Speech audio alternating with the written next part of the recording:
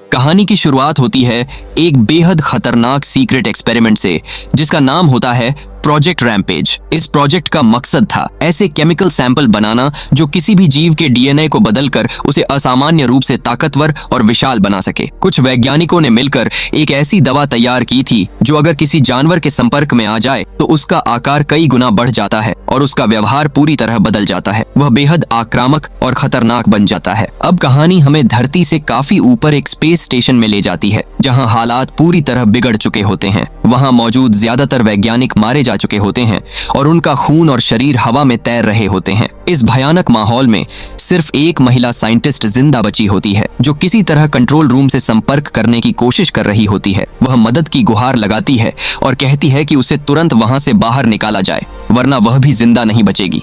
लेकिन उसे जवाब मिलता है कि अगर उसे वापस आना है तो पहले उसे वहां रखे हुए टेस्ट सैंपल लेकर आने होंगे, वरना उसे बचाया नहीं जाएगा। मजबूर होकर वह साइंटिस्ट लैब की तरफ बढ़ती है, जहां ये सैंपल रखे होते हैं। जैसे ही वह उन्हें लेने पहुंचती है, अचानक पूरे स्टेशन में अलार्म बजने लगता है। तभी उसकी नजर एक विशाल चूहे पर पड़ती है, जिसका आकार सामान्य से कई गुना बड़ा हो चुका होता है। यह उसी खतरनाक एक्सपेरिमेंट का नतीजा होता है।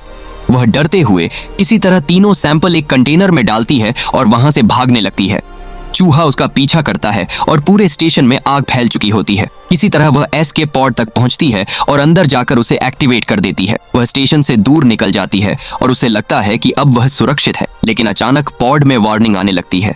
शीशे में दरारें पड़ने लगती हैं और कुछ ही पलों में जोरदार धमाके के साथ वह पॉड टूट जाता है। इस विस्फोट के बाद वे तीनों सैंपल जलते हुए टुकड़ों की तरह धरती की तरफ गिरने लगते हैं। एक सैंपल घने जंगल में गिरता है, जहां एक भेड़िया उस गैस के संपर्क में आता है। दूसरा सैंपल समुद्र में गिरता है, जिसे एक मगरमच्छ निगल जाता है। और तीसरा सैंपल एक जू में गिरता है, जहां एक सफेद गोरिल्ला, जिसका नाम जॉर्ज होता है, वह उस गैस को सांस के साथ अंदर ले लेता है। यहीं से शुरू होती है एक ऐसी तबाही जो धीरे धीरे पूरी दुनिया को अपनी चपेट में लेने वाली होती है। अब कहानी हमें मिलवाती है डेविस ओकोए से, जो एक प्राइमेटोलॉजिस्ट होता है और जंगली जानवरों की देखभाल करता है। वह अपने नए इंटर्न्स को गोरिल्ला सेक्शन में ले जाता है, जहां वे जॉर्ज को देखते हैं। जॉर्ज एक दुर्लभ एल्बिनो गोरिल्ला होता है और अपनी प्रजाति का आखिरी सदस्य होता है। जॉर्ज सिर्फ ताकतवर ही नहीं, बल्कि बेहद समझदार भी होता है। वह साइन लैंग्वेज के जरिए इंसानों से बातचीत कर सकता है और खास तौर पर डेविस के साथ उसका गहरा रिश्ता होता है। डेविस ने ही उसे बचपन से पाला होता है, इसलिए दोनों के बीच एक खास भरोसा और दोस्ती होती है। लेकिन जल्द ही डेविस को पता चलता है कि जॉर्ज का व्यवहार बदलने लगा है। वह पहले से ज्यादा गुस्सैल और बेचैन हो गया है और उसका आकार भी तेजी से बढ़ रहा है। डेविस यह समझने की कोशिश करता है कि आखिर जॉर्ज के साथ क्या हो रहा है। उसी दौरान कहानी में एंट्री होती है डॉक्टर केट की, जो एक जेनेटिसिस्ट होती है।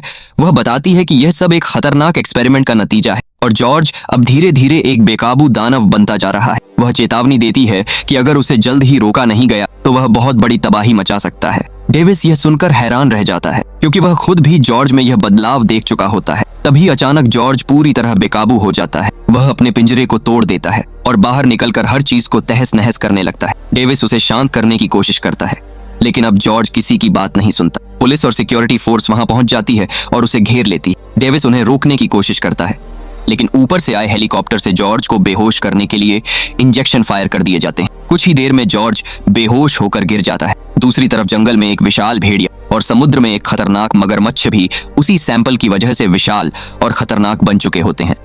ये तीनों अब एक ही दिशा में बढ़ रहे होते हैं। असल में इस सब के पीछे एक बड़ी कंपनी होती है, जिसने इन एक्सपेरिमेंट्स को बनाया था। वह एक खास रेडियो सिग्नल एक्टिवेट करते हैं, जो इन सभी म्यूटेटेड जानवरों को अपनी तरफ खींचता है, ताकि वे एक जगह इकट्ठा हो जाएं। अब तीनों विशाल जीव उसी सिग्नल की तरफ बढ़ रहे होते हैं और उनके रास्ते में आने वाली हर चीज को नष्ट कर रहे होते हैं। डेविस समझ जाता है कि यह सब एक प्लान के तहत हो रहा है और अगर इन्हें रोका नहीं गया तो पूरा शहर तबाह हो जाएगा।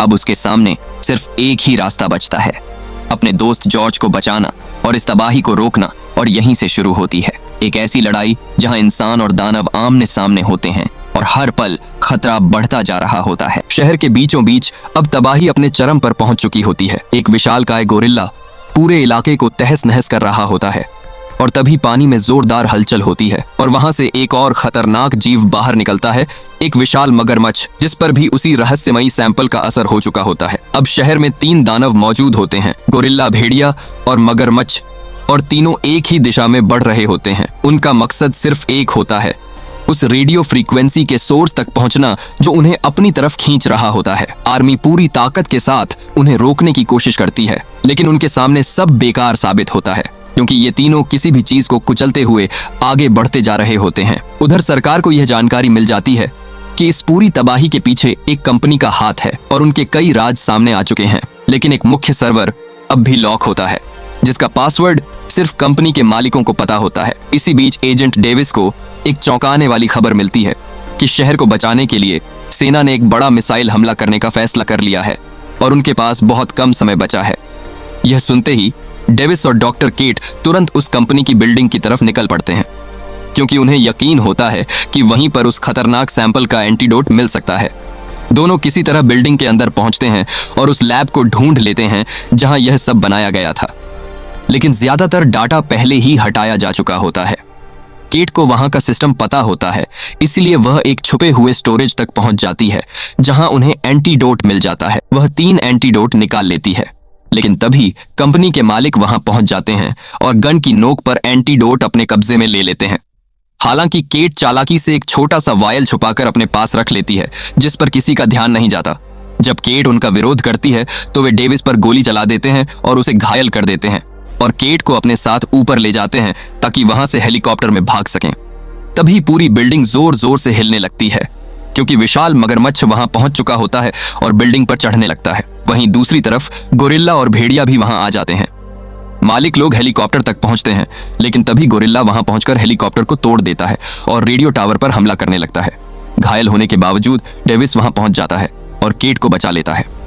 अब दोनों एक प्लान बनाते हैं। उन्हें किसी भी तरह गोरिल्ला को एंटीडोट देना होगा ताकि वह बाकी खतरनाक जानवरों को रोक सके। तभी दुश्मन फिर से उन पर हमला करने की कोशिश करते हैं, लेकिन डेविस जोर से गोरिल्ला को पुकारता है, जिससे उसका ध्यान उनकी तरफ चला जाता है। इसी मौके का फायदा उठाकर केट एंटीडोट को चालाकी से दुश्मन के पास पहुंचा देती है और अगले ही पल गोरिल्ला उस दुश्मन को पकड़कर निगल जाता है, जिससे एंटीडोट उसके शरीर में पहुंच जाता है। अब दोनों इंतजार करने लगते हैं कि एंटीडोट असर करे। कुछ ही देर में गोरिल्ला का व्यवहार बदलने लगता है। वह पहले जैसा खतरनाक नहीं रहता, बल्कि शांत होकर डेविस को पहचान लेता है। अब गोरिल्ला फिर से उसका साथी बन जाता है। उधर एक और दुश्मन भागने की कोशिश करता है, लेकिन बिल्डिंग का मलबा उस पर गिर जाता है और वहीं उसका अंत हो जाता है। इसी बीच बाकी दोनों दानव भी पूरी ताकत के साथ हमला करने के लिए तैयार हो जाते हैं। पूरी बिल्डिंग हिलने लगती है और कुछ ही पलों में वह गिर जाती है। डेविस और केट किसी तरह बच जाते हैं और बाहर निकलते हैं। अब असली लड़ाई शुरू होती है। गोरिल्ला और डेविस मिलकर भेड़िया और मगरमच्छ का सामना करते हैं। भेड़िया तेजी से हमला करता है, लेकिन गोरिल्ला उसे पकड़कर दूर फेंक देता है। डेविस चालाकी से दोनों दानवों को आपस में भिड़ा देता है, जिससे मगरमच्छ भेड़िए को ही मार डालता है। अब बचता है सिर्फ मगरमच्छ, जो बेहद ताकतवर होता है। डेविस उसका ध्यान भटकाता है, जबकि गोरिल्ला उस पर हमला करता है, लेकिन मगरमच्छ उसे बुरी तरह घायल कर देता है। स्थिति बहुत गंभीर हो जाती है। डेविस एक बड़ा रिस्क लेता है और मगरमच्छ के पास जाकर हमला करता है, लेकिन वह लगभग उसका शिकार बनने ही वाला होता है। तभी गोरिल्ला अपनी पूरी ताकत लगाकर वापस उठता है और एक भारी चीज से मगरमच्छ पर वार करता है।